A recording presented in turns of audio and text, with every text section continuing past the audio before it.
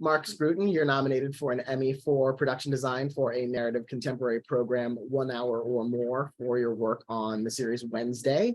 Now, between the original comic and the Addams Family series from the 60s and the 2 movies in the 90s, like, where do you even begin to take inspiration for the look of this particular series?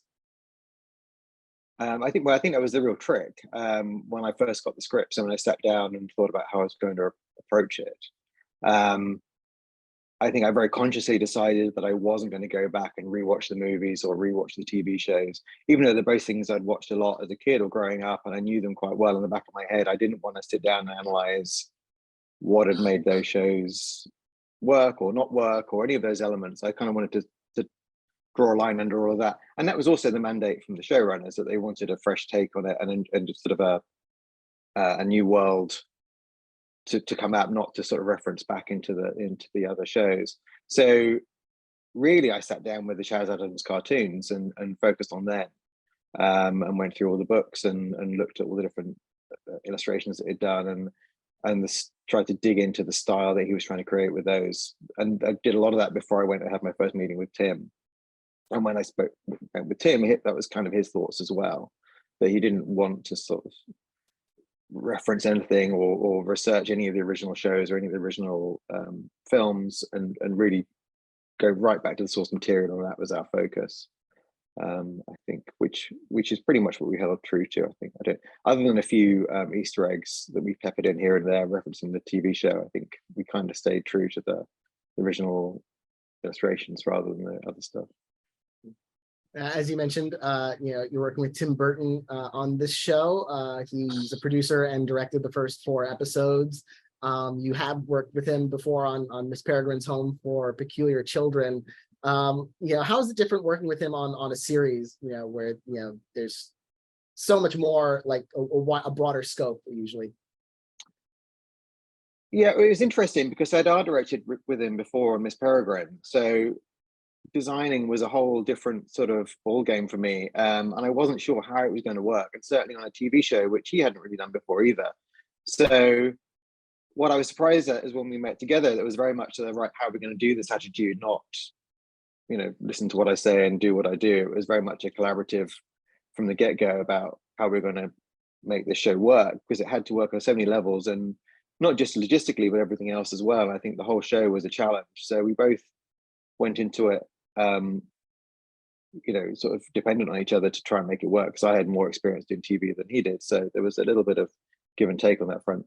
But it was it was great to sit down with Tim and actually sort of try and get his ideas out of his head, because the whole thing was mapped out already in there, and it's he's one of those directors you have to sort of tease it out bit by bit. But he's so wonderfully visual that however you get there, you're going to get to the right place, and you have to go on a meandering journey to get to it. But it's always a fun journey, and the opportunity to sit down and do something episodical meant you could really explore those ideas and dig into them rather than have to sort of skip across them like you sometimes do in movies. You're specifically nominated for the premiere episode, Wednesday's Child is Full of Woe, which of course lays the groundwork for the rest of the series. Now, what's interesting is that the series has this really dark and gothic tone, but it's also very funny. It's comedic. How do you balance those things visually? Well, I think that's very interesting. We always tried to not deliberately try and make anything funny. I think we didn't want to build in gags or anything that was overtly sort of ridiculous, but by the nature of what we're doing, it sort of did that anyway. So I think the trick was always not to try too hard with these things, and to design what was needed and what would look right without trying to over egg any of those elements. And when something needed to be dark, it was dark, and when something needed to be lighter, we would tend to dig into that a little bit more with the dressing and the elements. But we were always trying to be true to the world we were creating, rather than trying to make it a sort of slapstick element or a comedy element or anything else. I think, and the comedy came from the writing and the performances, and Thing 9 times out of 10 added to those things. It was always design wise, that was always the biggest trick, because very close to when we were shooting it, became clear that Thing was not going to be a CG character who was going to be a real hand on set 90% of the time with a real person attached to it. So we hadn't really designed sets to accommodate a hidden person through all the episodes. So very quickly we had to adapt lots of sets and rework lots of elements and rebuild lots of furniture to accommodate the actor playing Thing and get him into those sets, which was a bit of a challenge right at the last minute. And Nevermore Academy, which is where a lot of the series is set, there are a lot of dark tones inherent in the design for that. What are some of the opportunities and challenges involved when you're working with kind of a darker color palette? Well, I think the main thing we always wanted to do with it was never make anything black. Nothing was ever sort of black out of a can, as I would say, because everything was always a version, a tone of something. And it was most prevalent in Wednesday's side of her dormitory, where it was very sparsely dressed, very minimal, and everything was very specific, and all the props were very specific. And then everything we got, we then would take it into the paint shop with our excellent prop painters, and we would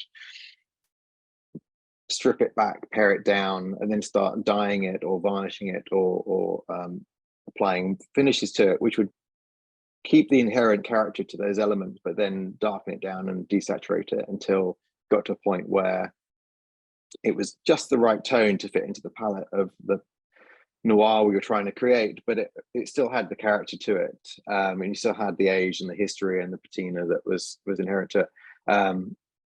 So nothing in Nevermore was ever black, and it always had character to it, but it always normally reflected the character that was important to it. So Wednesday, we were always trying to make everything look very dark and black and white and everything else, but then in Weem's office, it was much more plums and reds and purples and sort of more vibrant tones, but still, dark and moody. So it was always about, you would dye things sort of in gradients. So you keep going until you went, right, that's the time to stop. Always trying to keep a sense of history and a sense of character to each individual piece, I think. At Nevermore Academy, you've got these striped uniforms with this shade of blue that really pops against the surroundings. How in general did you work with the costume designer, Colleen Atwood, and sort of create that cohesive look that really stands out? Well, I think what was great about this show is it was very good at giving you steers. Alan Miles had written these great scripts that were very descriptive and very evocative of the world we were trying to create. So Colleen and I had a really good starting point. A really good language was already there when we first started talking. We knew what we had to do with Enid. We knew what we had to do with Wednesday. And we were actually doing a lot of it long distance because we were still making this during COVID. She was in LA, I was in London. We were going to shoot the whole thing in Romania. So there's lots of, Zoom calls and emails that missed each other in the night because the time changes and everything else. But at the end, we had this very good roadmap, which helped us enormously to get the look right. And quite often we wouldn't have the costumes and the sets in the same place until we shot on them. So there were lots of, cross fingers and held breath. But 9 times out of 10, it hit the mark. And if it didn't, it was, we had to tweak it or make it work. But I think everything slotted together very easily, actually, in the end. And then you got the town of Jericho, which is such a strong visual contrast compared to Nevermore. How did you go about creating that town and making decisions about use of color and style there? I mean, Jericho was sort of the massive challenge from my point of view, anyway, because we were going to shoot it in Toronto and we were going to go to a real location for that town. It was going to be fine, and we were going to bit of set dressing and everything else. And then we moved the whole show to Bucharest quite late in the day, which had no American towns of any kind. So it became quite evident that we had to build it from the ground up. So we found this sort of piece of wasteland outside of the studio complex, and sat down and we drew it very quickly and started building it almost immediately. But what it gave us was this great opportunity to create the world completely. So we knew we had to create Nevermore. That was always a thing. but the opportunity to create both worlds was something that was sort of unprecedented for me, because you could hone everything. So the idea that we wanted to put into place was the fact that Jericho was this very sort of slightly over stylized, perfect New England town, and was very bright and poppy, and Evermore was very dark and brooding. You had the opposites, in the same way you had the opposites in Wednesday's dormitory and Enid, Enid's side and Wednesday's side. And we wanted to create the whole world of opposites. And then building Jericho, we could really dig into that and make sure that everything was a color, nothing was black. Everything had this slightly oversaturated color scheme, and this, everything was up and slightly too pristine and slightly too immaculate, and always keeping things slightly on the sinister side of that world. And it was great, but it was a huge town. Everything was built composite, because we were there for multiple episodes. We didn't want to have to top it up every time with CG. So what you see in camera is pretty much what we built, which was a lot to do in the 16 weeks we had to do it in. But you really could walk around, go in the shops, go into the coffee shop.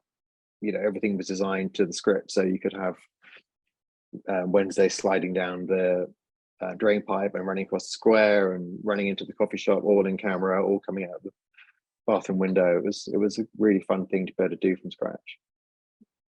Well, I want to congratulate you on your work on the show and on your Emmy nomination for it. Thank you so much for talking with me about it today. Thanks so much.